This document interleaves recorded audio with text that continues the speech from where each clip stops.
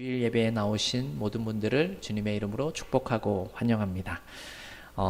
참 우리가 살펴보는 이 창세기 32장의 내용을 보게 되면 야곱이 매우 곤란하고 어려운 상황에 처해 있다라는 사실을 우리가 알게 됩니다.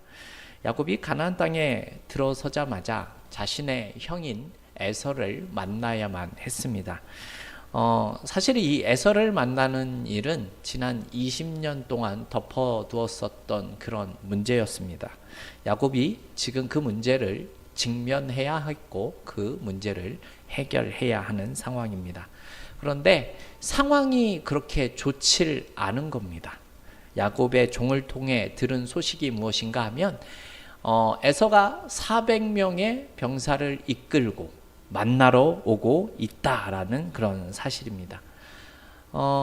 야곱이 생각하기에 에서의 그 분노가 전과 동일하게 있다면 자신의 생명을 장담할 수가 없는 그런 상황이 된 것이죠. 그래서 야곱이 자기 나름대로의 준비를 시작을 합니다. 그래서 자신의 진영을 둘로 나누게 되죠.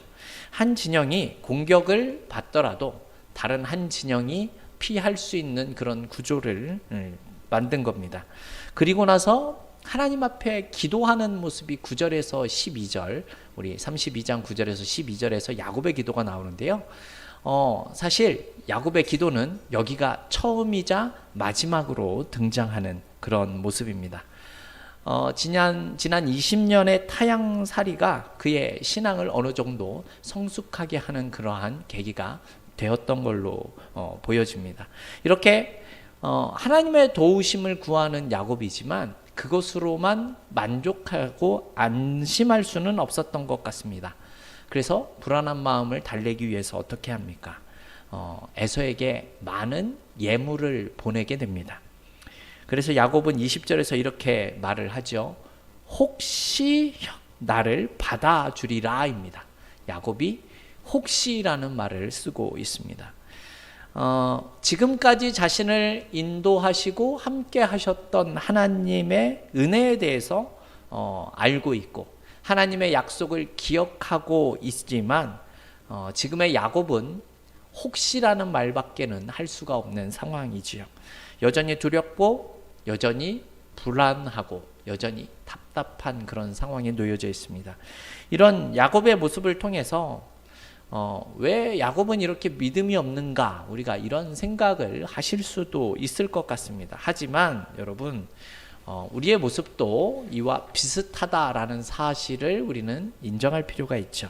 우리도 야곱과 같이 전에 하나님께서 함께 하셨던 그런 일들, 지금까지 나를 보호하셨던 그런 일들을 기억해서 돌아보게 되면 하나님을 생각할 때 어떠합니까? 우리는 그래, 미래에 어떠한 일이 일어나더라도 아무런 문제가 없을 거야 라고 이렇게 생각하고 신뢰하면서 흔들림이 없을 것 같은데, 그런데 우리가 막상 그 어려운 현실을 마주하게 되면 그전과는 우리의 생각이 달라진다라는 사실을 우리는 우리 자신의 모습을 통해서 알게 되는 겁니다.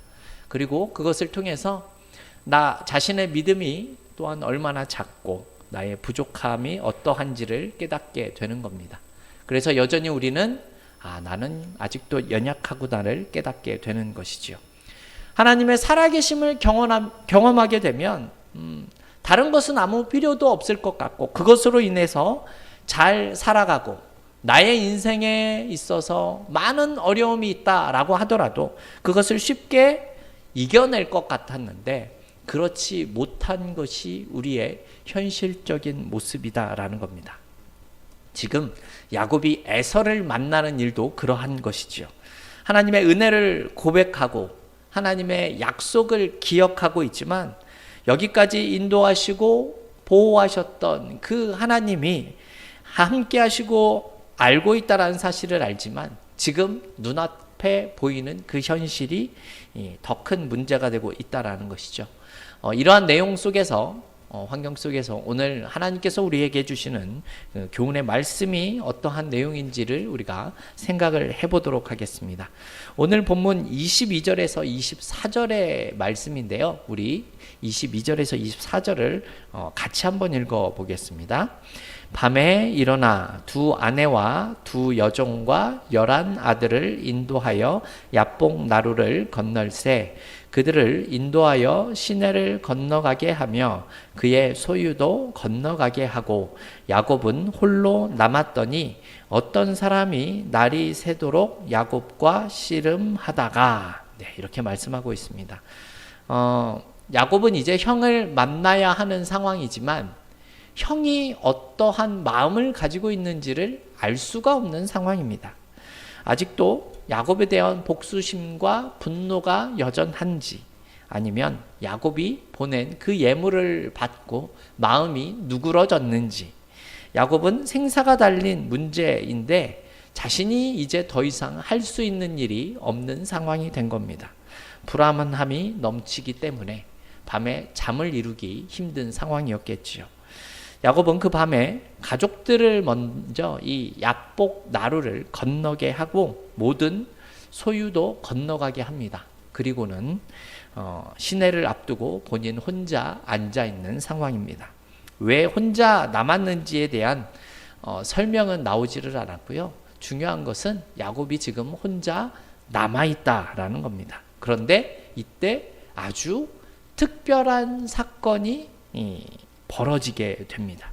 우리가 읽어본 24절의 내용을 보십시오. 어떤 사람이 야곱에게 나타나서 야곱과 날이 새도록 씨름을 했다 이런 표현이 나타나고 있습니다. 이 씨름을 했다라는 내용을 보게 되면 정확하게 어떠한 의미로 어떻게 됐는지에 대한 자세한 모습이 나와 있지를 않습니다. 그래서 이 내용이 사실 매우 많은 의견이 보여지는 그런 내용입니다. 실제로 사람을 붙들고 하는 씨름의 형태라는 그러한 내용도 있기도 하고요. 그런 씨름이 아니라 영적인 씨름이다라고 그래서 기도라고 보는 그런 견해들도 있습니다. 어떻게 하나님과 인간이 얼굴을 맞대고 씨름을 할 수 있겠느냐 이 사실이 사실은 아주 오랫동안 논란의 대상이 되었죠. 왜냐하면 하나님은 사람을 만나게 되면 하나님과 대면하게 되면 사람은 죽을 수밖에 없기 때문에 그렇습니다. 어떻게 모든 것을 초월하신 하나님께서 이 사람과 씨름을 할 수 있으며 어떻게 야곱이 하나님과 씨름을 하고도 살아남을 수가 있느냐 이런 내용이 있었습니다. 그래서 야곱과 씨름한 것은 하나님이 아니라 천사이다 라고 주장을 하시는 분도 계시고 그래서 그 내용을 통해서 이것은 영적인 것을 봤을 때 이 씨름은 기도이다 라고 해석을 하기도 했습니다. 우리 말에도 보면 이런 뜻이 있지 않습니까? 어떤 일을 이루기 위해서 열심을 다하는 것을 무엇과 씨름하다 이런 표현을 쓸 때도 있지 않습니까? 그래서 이 본문이 야곱이 밤새도록 하나님 앞에 기도로 씨름을 했고 그 결과 하나님의 응답하심을 받은 것으로 이렇게 이야기하시는 분들도 많이 계십니다. 그러면 어떤 해석이 맞을까요? 어떤 씨름이 맞을까요? 더 바람직한 해석이 무엇인지 조금 우리가 살펴보도록 하겠습니다. 첫 번째, 이 씨름이라고 번역된 이 단어의 원문을 보게 되면 그 어원이 먼지로부터 나왔습니다. 그러니까 먼지를 뒤집어 쓸 정도로 서로 힘을 겨루는 그런 모습이다라는 것이죠. 그런데 이 단어가 성경에는 기도로 사용된 적이 없었다라고 합니다. 그리고 두 번째, 실제 야곱은 사람으로부터 이 공격을 받아서 이 허벅지 관절이 어긋나게 된 것을 우리가 잘 알고 있죠. 기도로 생각을 하게 되면 이 허벅지 관절이 어긋나게 된 것을 설명하기가 무척 어려워집니다. 쥐가 나서 어떤 문제가 생겼다 이 정도밖에는 이야기할 수가 없는 상황이죠. 그리고 세 번째 24절을 보면 씨름을 시작했다라고 하는 그 주어를 보게 되면 주어가 어떤 사람입니다. 어떤 사람. 즉 야곱이 씨름을 시작한 것이 아니라 어떤 사람이 야곱에게 씨름을 걸어왔다, 이런 뜻이 되는 겁니다. 그래서 기도로 보게 되면 어떤 사람이 야곱에게 기도를 한 것이 되기 때문에 이거 사실은 이 앞뒤가 좀 맞지 않는 그런 모습이 될 수 있습니다. 그래서 이 본문에서 말하는 씨름은 우리가 알고 있는 그런 진짜 씨름으로 보는 것이 정확하다라고 말씀드릴 수 있습니다. 그래서 어떤 사람이 야곱에게 찾아와서 지금 씨름을 하는 그런 상황이 된 겁니다.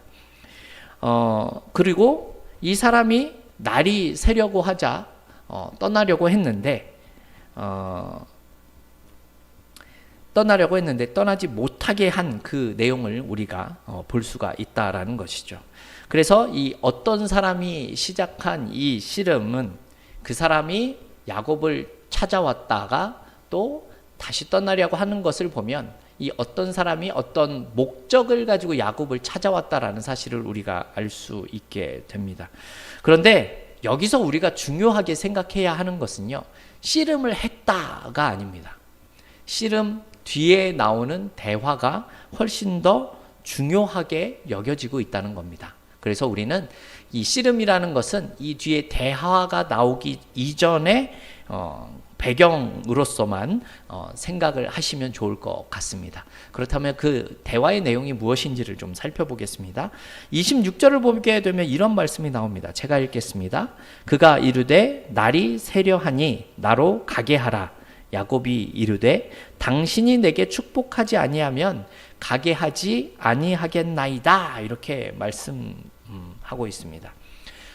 앞에서도 말씀을 드렸지만 이 내용이 기도라고 생각하는 이유도 나를 축복하지 않으면 가지 못하게 하겠다라는 이 말 때문에 그렇게 속단을 하는 경우들이 있습니다. 이렇게 생각을 하면 야곱이 하나님께 매달려서 간절히 기도했기 때문에 복을 받았다라는 그런 내용이 성립할 수 있게 되는 거죠. 야곱이 복을 받기 위해 기도를 했다면 사실은 생각을 해보십시오. 어떤 사람이 야곱에게 와서 씨름을 시작할 이유가 없습니다.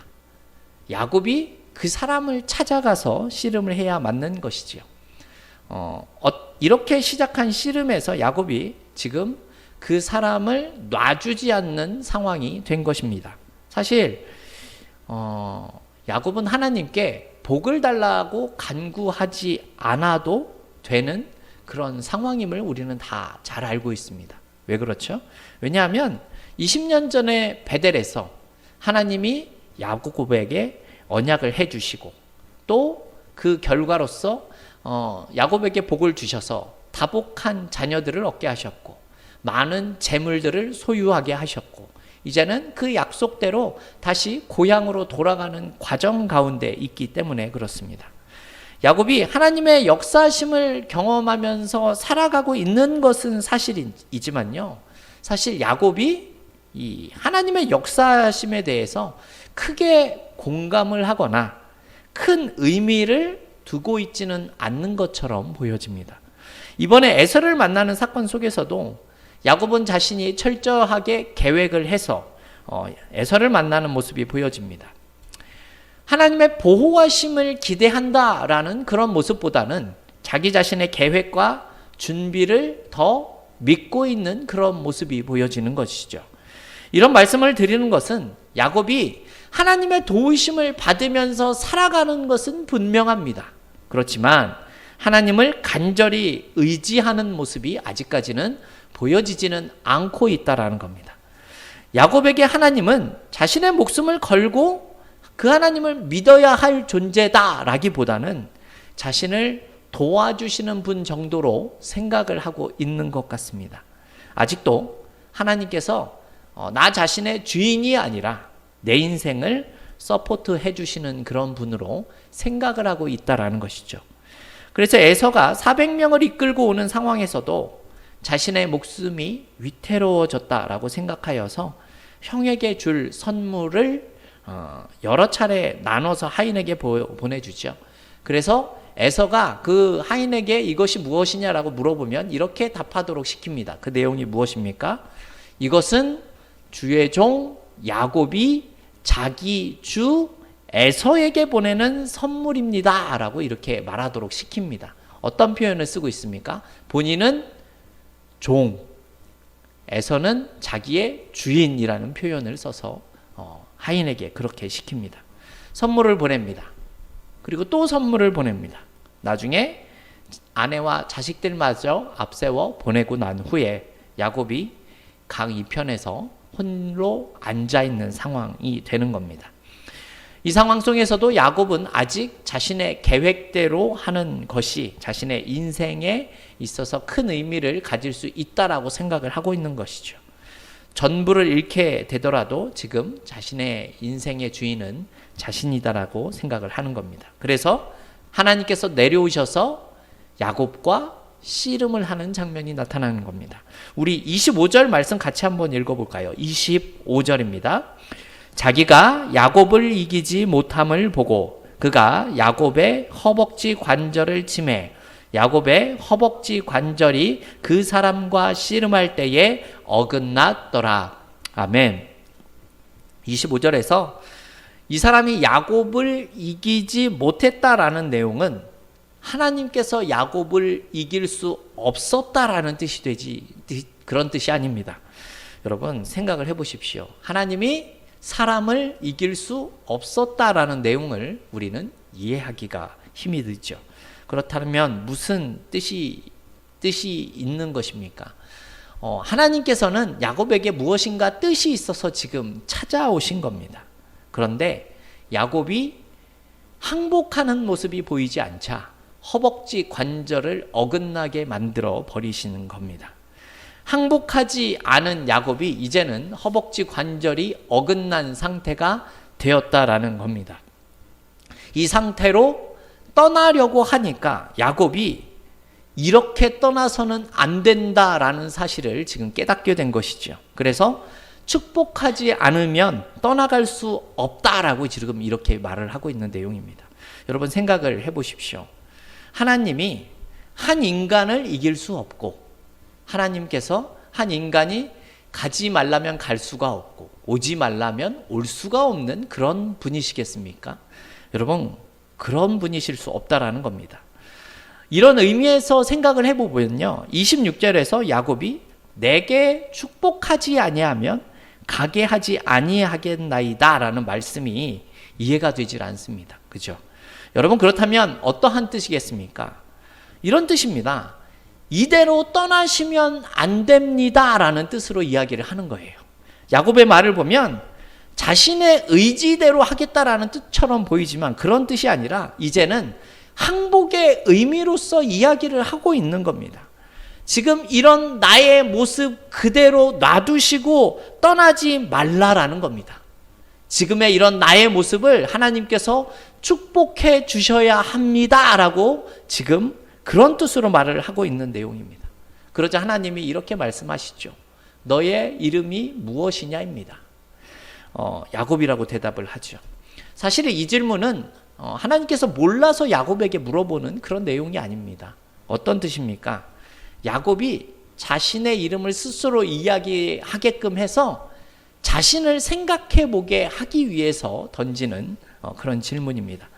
야곱은 자기 이름을 말하면서 스스로 생각을 하겠죠. 야곱의 이름이 무엇입니까? 속이는 자 아닙니까? 속이는 자. 야곱은 아버지를 속였고 형 에서를 속이고 삼촌에게는 속임을 당한 사람입니다. 그 당시의 이름은 그 사람의 정체성을 보여주는 그런 의미를 갖고 있는 상태였습니다. 남들을 속이는 사기꾼 같은 모습으로 인생을 살아온 야곱이 지금 복을 구하고 있는 것이죠. 그러면서 이제는 야곱과 새로운 이름인 이스라엘을 대조시키고 있습니다. 우리 28절 말씀 같이 한번 읽어보겠습니다. 28절입니다. 그가 이르되 내 이름을 다시는 야곱이라 부를 것이 아니요 이스라엘이라 부를 것이니 이는 내가 하나님과 및 사람들과 겨루어 이겼음이니라. 아멘. 이스라엘이라는 이름은 우리가 잘 알고 있듯이 하나님과 겨루어 이겼다라는 내용입니다. 속이는 자라는 이름에서 하나님과 겨루어 이긴 자라는 이름으로 바뀐 겁니다. 여러분, 하나님을 이겼다라는 내용이 어떤 의미겠습니까? 우리는 이 의미를 잘 생각해 볼 필요가 있습니다. 야곱이 이제는 하나님의 사람으로서 하나님께 복을 얻어내는 일에 성공했다라는 사실을 지금 승리했다라고 표현을 하고 있는 내용입니다. 하나님 없이는 살 수 없다라는 의미로 지금 항복을 하게 된 것이지요. 그래서 하나님께 복을 받은 존재가 되었다라는 그 사실을 이겼다라는 내용으로 표현하고 있는 겁니다. 우리가 생각하는 차원의 그런 승리와는 조금 다른 내용을 의미하고 있는 겁니다. 여러분, 그렇다면 지금 이렇게 복을 받은 야곱이지 않습니까? 그렇다면 하나님께 복을 받은 그 복의 내용이 무엇이겠습니까? 그 내용을 보게 되면요, 그의 이름이 바뀌었다라는 겁니다. 그의 이름이 바뀌었다. 성경에서 사람의 이름이라는 것은 그 사람의 인격이나 운명과 연관이 되어져 있는 그런 부분들이 많이 있다는 사실을 우리가 알고 있습니다. 이런 점에서 생각을 해보시면 새 이름이 주는 그런 의미는 어떠한 뜻이 되는 겁니까? 지금 야곱이라는 그 좋지 않은 이름과 연결되어져 있는 그 좋지 않은 많은 것들을 이제는 제거하겠다라는 뜻입니다. 그리고는 새 이름으로 살아가는 인생이 되게 하겠다라는 것이죠. 물론 야곱이 이후로부터 한동안 옛 습성을 버리지 못하고 살아가는 것은 맞습니다. 하지만 그의 인생은 지금부터 더 큰 변화가 일어나게 될 것이다라는 의미가 되는 겁니다. 이름이 바뀐다라는 것은 정체성이 바뀌게 되었다라는 뜻이 되기 때문에 그렇습니다. 이렇게 야곱은 자신의 이름을 바꾸신 분의 이름을 묻는 내용이 또 29절에서 나옵니다. 아마 자신이 짐작하는 그분이 맞는지를 확인하고자 해서 물어보는 것입니다. 그 질문에 대한 대답이 이렇죠. 어찌하여 나의 이름을 묻느냐? 이렇게 말씀합니다. 더섬교회 성도 여러분, 오늘 본문에서 야곱이 하나님을 만난 브니엘 이 사건에서 우리가 배울 수 있는 교훈이 무엇이겠습니까?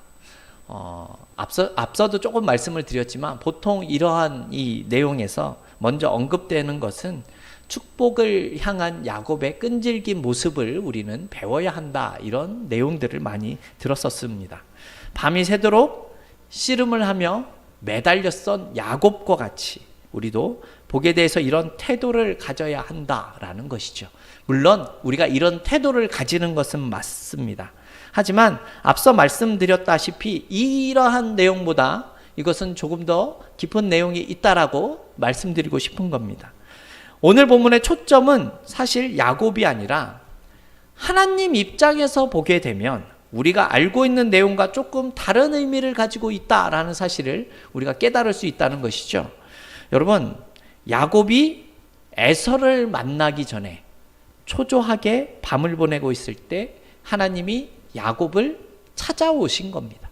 찾아오셔서 야곱에게 약속을 하셨습니다. 그리고 이전에도 나오지만 하나님은 이미 마하나임, 즉 하나님의 군대를 보여주셨고 지금까지 함께 하시고 계시다라는 사실을 야곱에게 계속해서 보여주고 계시지만 여전히 불안해하는 야곱을 하나님이 친히 찾아오신 것이다라는 겁니다. 그리고 씨름을 하는 것이죠. 여러분, 하나님이 야곱에게 가셔서 씨름을 하셨습니다. 여러분 한번 생각을 해보십시오. 무엇이 더 놀라운 일이겠습니까? 야곱이 밤새도록 씨름을 한 것이 놀라운 내용일까요? 아니면 하나님이 사람으로 나타나셔서 밤새도록 씨름을 한 것이 더 놀라운 일이겠습니까? 앞에서도 말씀을 드렸지만 하나님이 힘이 부족해서 야곱을 이길 수 없었겠습니까? 야곱이 씨름 기술이 너무 좋아서 밤새도록 버틸 수 있었을까요? 여러분, 하나님이 뭐가 아쉬워서 날이 새기까지 야곱에게 이러한 모습을 보여주고 계시는 겁니까? 지금 야곱은 하나님께서 하나님을 대하는 모습이 자신의 조력자 정도로 생각을 하고 있습니다. 이에 하나님께서 하시고 싶은 내용이 무엇입니까? 야곱을 통해서 지금 자신의 주인이 하나님이시다라는 사실을 고백하게 만드시려고 그와 상대하고 계시는 겁니다. 여러분, 야곱이 그렇게 원해서 받은 복의 내용이 무엇이라고 말씀을 드렸습니까? 이름이 바뀌었다라는 겁니다. 이름이 바뀌었다. 말씀드렸지만 하나님의 그 자녀로서 그 정체성을 뜻하는 이름으로 바뀌게 된 것이죠. 속이는 자라는 정체성을 가진 자가 이제는 하나님과 겨루어서 이긴 자라는 모습으로 바꾸시는 하나님이시다라는 겁니다. 더세움교회 성도 여러분, 우리 인간의 정체성을 바꿀 수 있는 인물이 이 세상에 있을 수 있겠습니까? 없죠. 이 말을 바꿔서 이야기하면요, 우리의 인생을 바꾸실 수 있는 자가 누구이시겠습니까? 그죠? 바로 하나님이십니다. 지금 하나님께서 야곱에게 나타나셔서 지금 자신의 삶을 돌아보게 하시고 그의 인생을 바꾸실 수 있도록 지금 역사하시는 겁니다. 하나님 입장에서 보시면 야곱의 수준에 내려오셔서 야곱과 같은 모습으로 그와 함께 하시고 그와 얼굴을 마주하셔서 지금 그 두려움을 이겨내게 하시는 하나님이시다라는 겁니다. 이 과정에서 야곱이 이제는 내가 누구를 의지해야 하는지, 그 힘의 근원이 어디에 있는지, 그 축복이 어디에 있는지를 깨닫게 하시는 과정이다라는 말씀입니다. 여러분, 우리의 삶은 어떻습니까? 여러분, 우리의 삶도 야곱과 같이 에서를 만나는 것 같은 그런 어려움이 있을 수 있습니다. 또 반복되는 그 현실의 어려움 속에서 나의 부족함을 절실히 느끼는 경우들도 많이 있는 것이 사실이죠. 그럴 때 여러분, 오늘 본문의 내용을 생각을 해 보십시오. 그때 하나님께서 우리에게 찾아오셔서 우리에게 도움을 주시는 그 하나님이 계신다라는 그런 말씀입니다. 우리 오늘 본문 31절의 내용을 같이 한번 읽어볼까요? 31절입니다. 그가 브니엘을 지날 때에 해가 돋았고 그의 허벅다리로 말미암아 절었더라. 아멘. 여러분, 머릿속으로 한번 상상을 해보십시오. 야곱이 일출 시간에 해를 맞으면서 브니엘을 걸어가고 있습니다. 어떻게 걸어가냐 하면 쩔뚝거리며 일출 해가 뜨는 때에 브니엘을 걸어가고 있는 겁니다. 어떤 이들은 이 모습을 생각을 하면 참 야곱도 불쌍하구나 라고 생각을 하실 수도 있을 것 같습니다. 하지만 여러분, 우리는 그런 생각보다는 이렇게 마음을 가지고 생각을 할 필요가 있습니다. 야곱은 하나님을 대면하고도 살아남은 자입니다. 하나님은 야곱을 찾아오셔서 그에게 흔적을 남기신 겁니다. 그 흔적이 무엇입니까? 인간의 눈에 보이기에는 쩔뚝거리는 것이지만 그것이 바로 하나님이 야곱에게 나타나셔서 야곱을 만난 흔적이 되었다라는 겁니다. 하나님께서 야곱과 함께 해주신 흔적이시고요. 하나님이 야곱의 정체성을 바꾸시는 복이 된 흔적이 된다라는 겁니다. 사도 바울도 갈라디아서 6장 17절에 보면 내가 예수의 흔적을 가졌노라 라고 표현을 합니다. 여러분, 우리 그리스도인이라는 것은요, 우리는 누구나 다 예수의 흔적을 가진 자들이 되었다라는 것이지 않습니까? 야곱이 절뚝일 때마다 나와 함께 하셨던 하나님을 기억해낼 수 있는 것처럼 여러분, 우리도 예수 그리스도의 흔적을, 그 십자가를 기억할 수 있는 흔적을 가진 자가 되었다라는 말씀입니다. 더세움교회 성도 여러분, 우리는 이제 우리의 삶의 모습 속에서 하나님의 역사하신 그 흔적을 기억하면서 살아갈 필요가 있다라는 것이죠. 왜 그렇습니까? 우리도 여전히 어려움과 위험과 아픈 현실과 고통을 만나는 상황이 이어지게 되기 때문에 그렇습니다. 여러분, 그럴 때마다 우리는 야곱의 씨름을 기억해내야 하고 예수님의 그 십자가를 기억하며 살아가야 한다라는 것입니다. 여전히 우리 가운데 함께 하시는 하나님이 나에게 계시다라는 겁니다. 하나님께서 여전히 우리와 함께 하시고 우리가 믿고 의지해야 하는 분이 하나님이시다라는 사실을 고백할 수 있는 우리 더세움교회 성도 여러분이 다 되어질 수 있기를 주님의 이름으로 축원합니다.